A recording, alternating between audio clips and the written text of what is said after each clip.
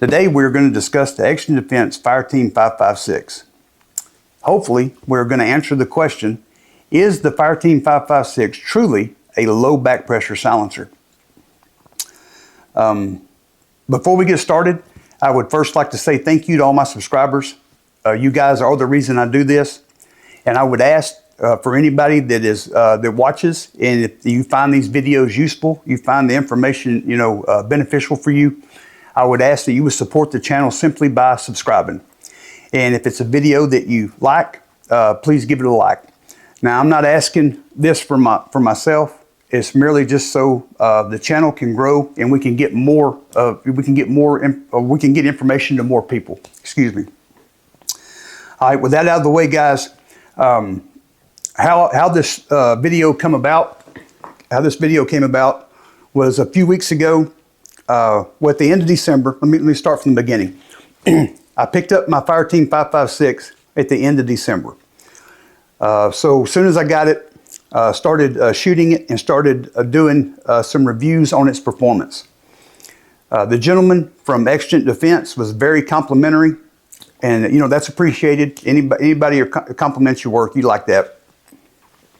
And then got towards the back pressure question. And I made a couple of videos that clearly showed that the Fireteam 556, again, in my opinion, is not a low back pressure silencer. And when I compared it to one that is, I mean, the proof was in the pudding, so to speak.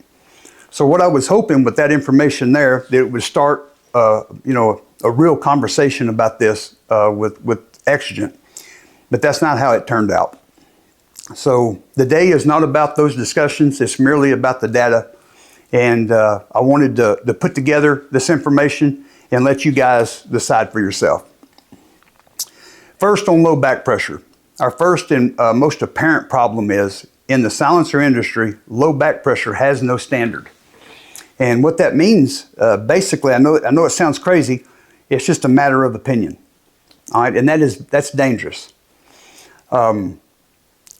When I say there's no standard, what that means is in order for a company to be able to label a silencer low back pressure and give it that capability, there is no box that has to be checked. There is no capability that has to be met. Nothing like that. Merely design it, and whatever I want to call it, I can. So I was even told that it's a matter of opinion, and then I was also told how arrogant I was for thinking that my opinion was correct over somebody else's. Okay, well, first of all, man, this has nothing to do with arrogance. This is all about the information that you can prove. And the good thing about this is information we can prove. The fact that I got called arrogant for just simply raising the question, trying to start this conversation, to me was pretty telling in itself as well. But like I said, man, we're not going to get into that, merely just the information.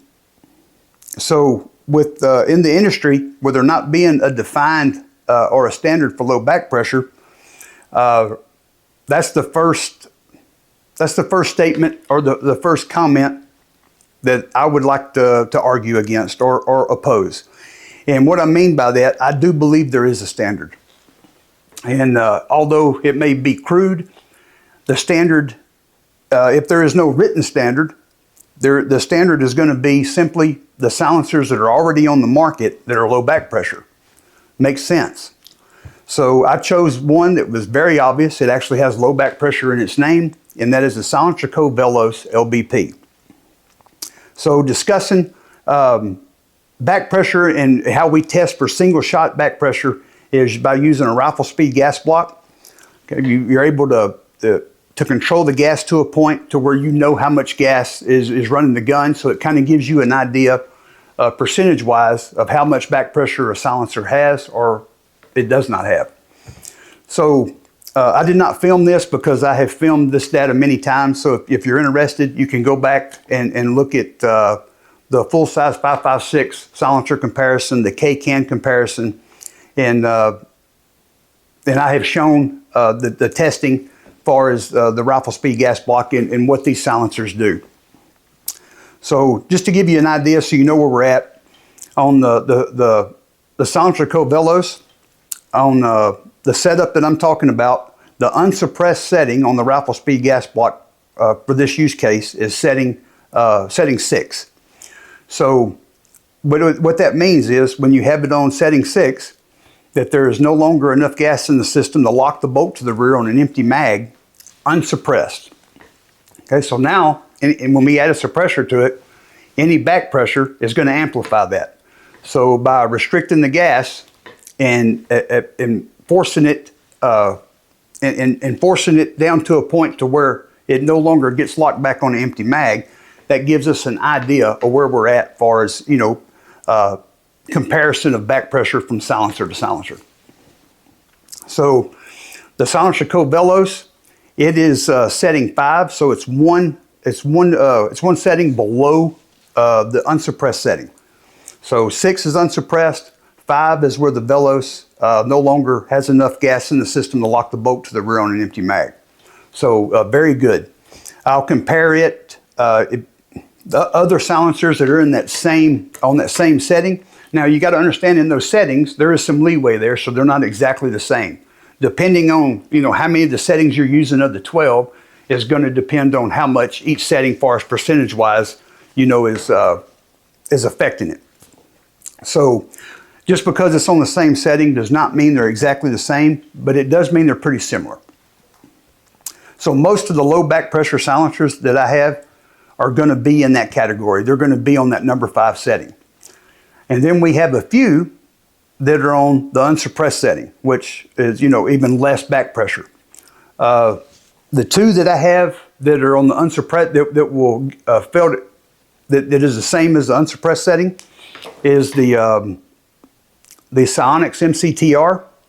That is the lowest back pressure silencer that I possess, and the Alley Cat 556. Very close, very similar, but those are the 2 of the silencers that I have as far as when it comes to back pressure. Simply, those are the 2 lowest. And then all the other ones ride, in that bellows, Huxworks 556K, the Print XH, all those are very similar as far as back pressure, and I would consider all of them low back pressure. Let's define, since the industry doesn't define it, how I define low back pressure. And I would ask you guys in the comments, let me know, how you feel about this. What are your thoughts? Low back pressure to me means that you can take a silencer, put it on a gun that is tuned for unsuppressed setting, and now we're going to start with a gun that is gassed properly. So we don't need an adjustable gas block. We don't need an adjustable bolt carrier. We don't need to change springs, buffers. We don't need to do anything other than just screw the can on and go to work. If you're able to do that and it does not change, it does not affect the mechanics, it does not affect how the gun behaves mechanically greatly, and then that's what I call low back pressure. If you have to put an adjustable gas block and to tune, the gas, at that point, I think it's, well, I don't consider that low back pressure. And saying that there is not a standard, when I was told that, that is something that I had discussed with a couple of buddies of mine. Like, we were talking about how, that's kind of a red flag.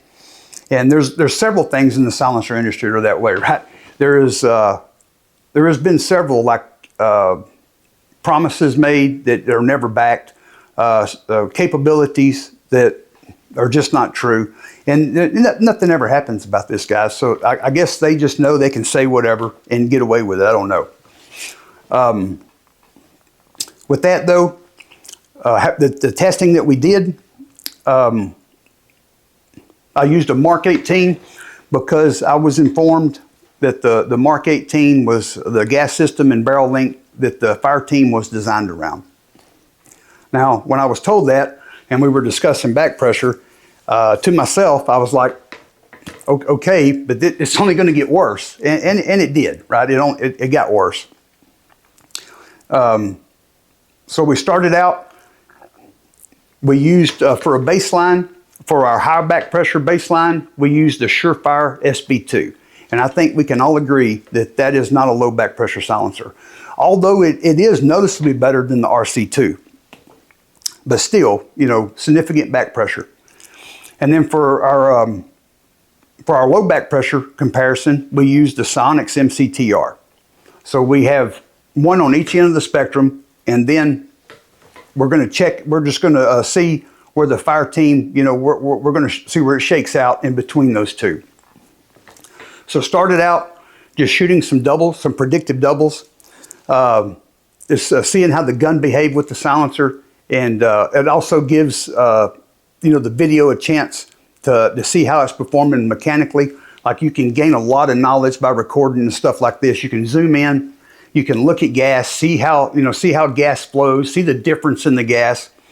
Real quick before I forget, you got to watch some of this stuff, because people will try to like show some things that are trying to prove like high back pressure or something, and it's not the case. One instance is where you show gas billowing like out of the ejection port.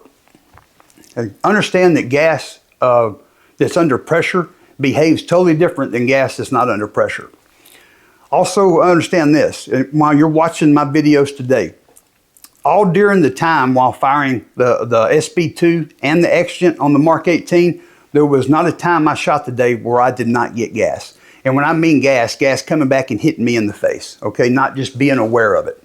And that's one thing I noticed about the Fireteam 5.56. This is the first time I've shot it on the 10.3. And it performs, like far as the gas to the face, on the 12.5 inch, even on the 11.5 inch. I didn't notice it near as much as I did on the Mark 18.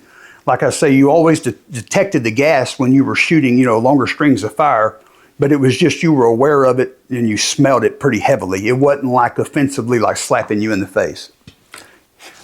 I would ask, when you're watching the footage, pay attention to the ejection pattern, and also pay attention to the cyclic rate. You're going to notice on the unsuppressed, I mean, we have this Mark 18, it's set up perfectly for unsuppressed shooting. So as soon as we put, you know, the Surefire and the Exigent on there, it overgasses it, you know, it overruns the system immediately. Where you notice the MCTR pretty much mimics unsuppressed shooting. Pay attention, because I gave you samples for unsuppressed and then one with all three samples of the silencers. So you can look at the ejection, you can listen to the cyclic rate, and see how long it takes, you know, for the rounds to complete the firing sequence. And like I say, that is very telling. The only thing that's going to change, at that point when we change the silencers on the gun, change the behavior of it, is the back pressure. So with that, guys, I'll see you back here after the footage, and we'll wrap this thing up. Enjoy. We're going to shoot the Mark 18 unsuppressed, then we're going to shoot it with the Surefire SB2, the Exigent Defense Fireteam 5.56, and the Sonics MCTR. Reason being, the Mark 18 is supposedly the gun or the barrel length and gas system that the Exigent Defense was designed around. So the way I have this set up, this is not mine. I borrowed this from a good friend of mine, Jacob. Shout out. Thank you, brother. The way I have this set up right now, it is set up perfectly for unsuppressed shooting, and I've done all I can do to it. I have the heaviest spring and buffer that can be put in it. And as far as the gas system, there is no adjustable gas system, so it just is what it is. So what we're looking for is a consistent platform. We're going to shoot 3 different suppressors. One we know is not a low back pressure silencer, being the Surefire SB2, traditional baffled can. Although it is tremendous or noticeably better than the RC2, I will say that. Then we have the Exigent Defense, and then on the low back pressure end of it, we have the Sonics MCTR. So what we're doing, we're going to shoot unsuppressed and then those 3 suppressors, and we're going to compare how it makes the gun behave as far as mechanically, and then I will also discuss how the gun's behaving during recoil, as far as what difference the silencer, or the input from the silencer is having as far as how the gun behaves. All right, so first we'll get started unsuppressed. I'll shoot some doubles, and then we'll go from there.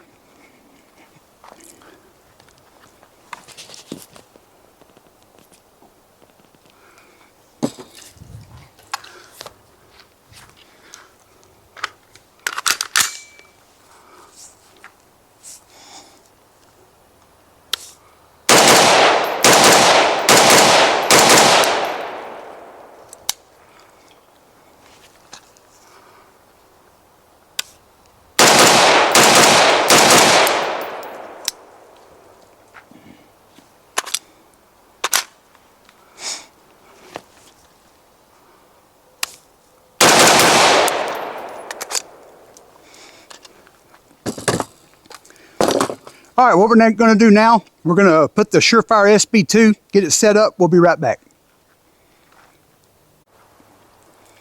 All right, now we have the Mark 18 and we have the Surefire SB2. Going to do same. It is set up. The gun is set up just like it was unsuppressed.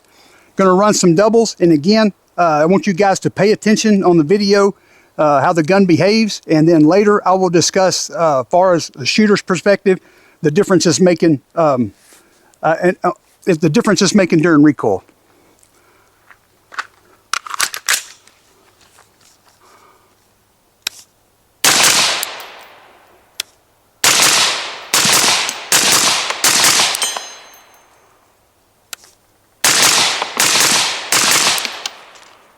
All right, right there, you see a big difference in ejection pattern. And as far as the shootability of it, it is, it's definitely changed the behavior. It's a little more thumpy. Actually, it returns better. But it is, as far as the recoil impulse, as far as I perceive it, it is a little more of recoil. Something else too, I was getting a good bit of gas there. You noticed at the end, I actually started kind of choking up a little bit. Not to the point where it was shooting under my glasses, but it definitely was coming, and I was breathing it the whole time during the shooting process. All right, guys, what we're going to do now, we're going to change out silencers. We're going to go with the Exigent Defense Fireteam 556. We'll be right back. All right, up next is the Mark 18 with the Exigent Defense Fireteam 556. I failed to mention a while ago that the muzzle device we're using is a Surefire 3-prong. Like I say, this is a borrowed upper. I did not want to remove his muzzle device, so we just had to work around that. So we're using the B&T Surefire hub adapter on the Exigent Defense. Something else, a while ago, I'm pretty sure I mentioned it, but I like to say it again. The way we have this set up, we have an A5, A4 buffer along with the Geisley braided rifle link spring. And that's all the adjustment that I have. Like I said, there's no adjustable gas system on here. So far as unsuppressed with 556, it is running beautifully. We definitely need to we need to be able to control gas more if we were going to optimize it for the Surefire or the Exigent. All right? So with that out of the way, let's get going.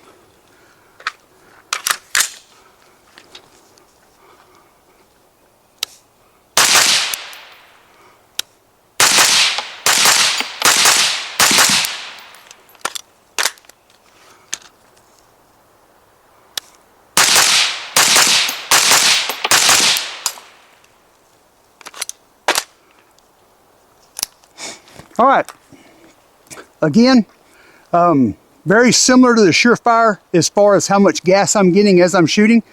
As far as the day-to-day, it's a little windy, but we are surrounded by trees. So we are kind of, and also surrounded by berms. So that is, if we had a good cross breeze, in an open field, it's something you don't notice. But out here today, it is, it's very noticeable. So far as gas, very similar to the SB2. Far as how it made the gun perform or how it made it behave during recoil, this was more snappy. It was definitely, it was a harsher recoil impulse, where I'll say the Surefire definitely had the gun returning. Hard to explain. I mean, this is definitely subjective, but far as how it makes the gun shoot, the Surefire SB2, I think, did a better job at that. Far as gas, they're very, very similar. All right, now we're going to go to the Psionics MCTR. We'll be right back.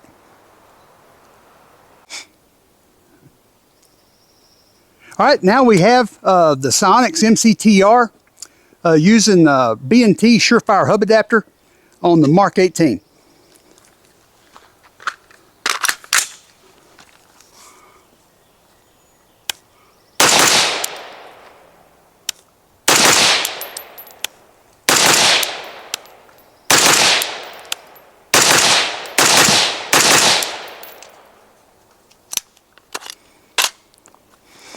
All right, far as how it makes the gun behave during recoil, like putting a muzzle brake on it, It doesn't totally neutralize, but it definitely changes the way the gun behaves during recoil. It softens it up tremendously. Like I said, acting is like a muzzle brake. The way I perceive it is pretty much recoil. It does rise a little, but it's pretty much just pushing straight back into the body. All right, next we're going to set up, get the lower on here with the super selector, and then we're going to shoot each one of these suppressors for a sustained, for a longer string of fire at an aggressive pace. We'll be right back. All right, up next, we are going to run the Mark 18 on a lower that has the, I believe it's pronounced the Artius Super Selector. So YouTube, this is a lawful compliant lower. Everything in this video is compliant with law and with YouTube. So please do not drone my video, bro. All right, first we're going to go unsuppressed Super Selector. I want y'all to watch how the gun behaves during the course of fire.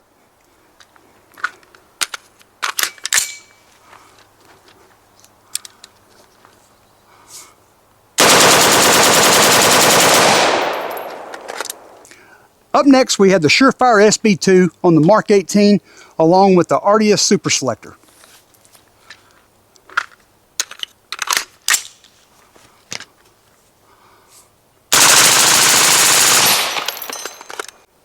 Up next,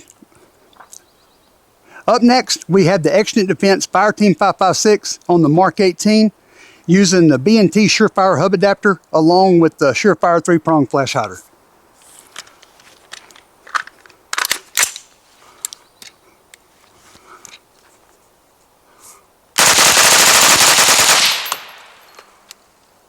Right, because I already did that first part. All right.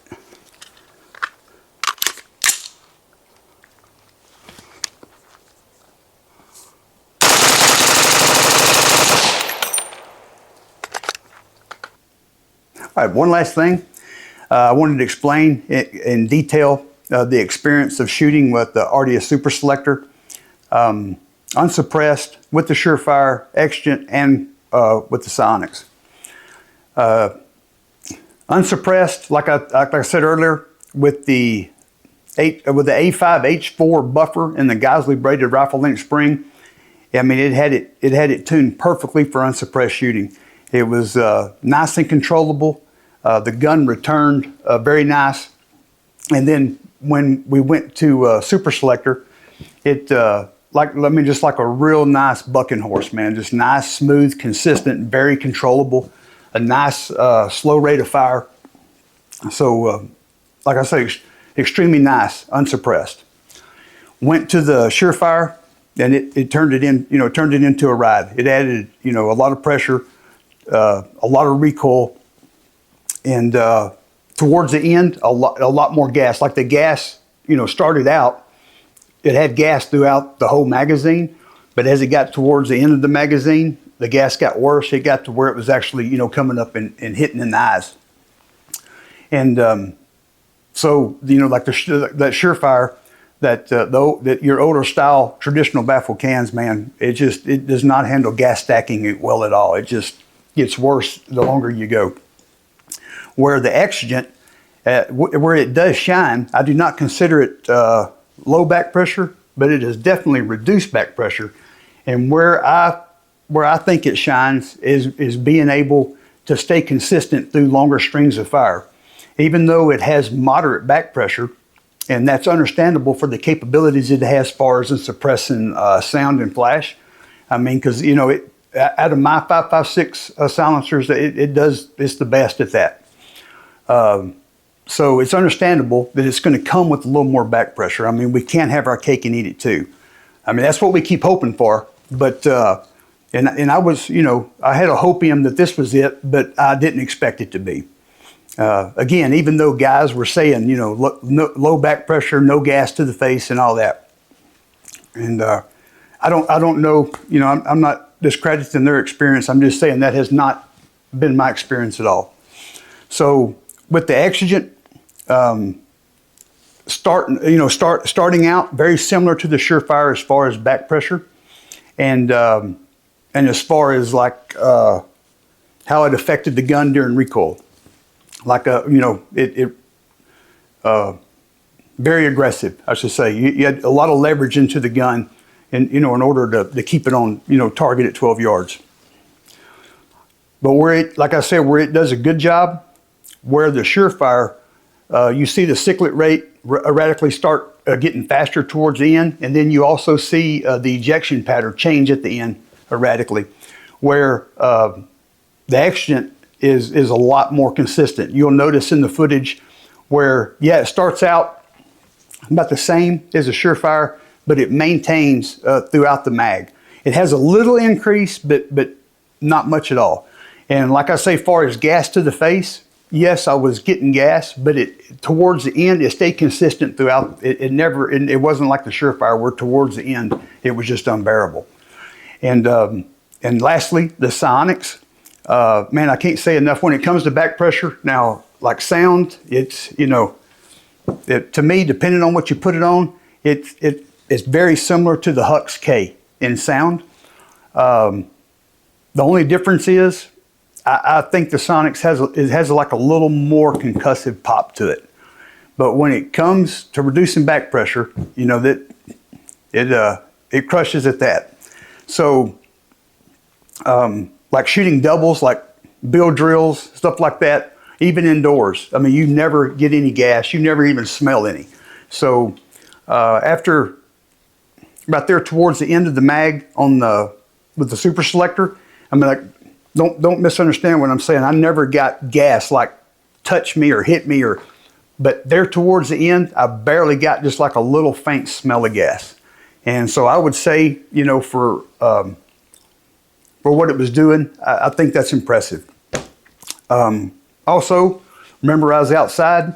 There was a little wind blowing, but we're surrounded by, where I shoot, we're surrounded by pine trees, and we're also surrounded mostly by berms as well. So it blocks a lot of the wind. So it is a good place, especially on a still day. If you're looking at those things or traits that you're looking to detect, and it was a decent day for it yesterday.